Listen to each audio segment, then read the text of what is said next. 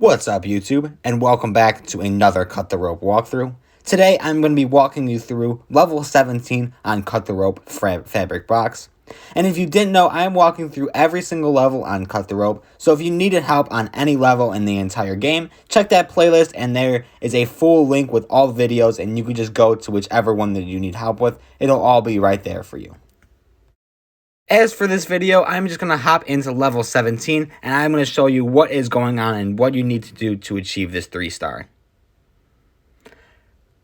As you can see here, it is introducing you to the timing stars, and this level is quite simple. You're going to end up getting the balloon all the way down, the bubble all the way down, and then the balloon hitting it, getting the candy, swinging, getting the second candy with the momentum, and then eventually getting the third candy at the bottom. It's not too difficult of a level because it's kind of just a tutorial showing you that you can have time stars on the level, but it is pretty simple. You can kind of see it there. It's a little hard to explain in action there, but you can kind of see exactly what I mean and what's going on.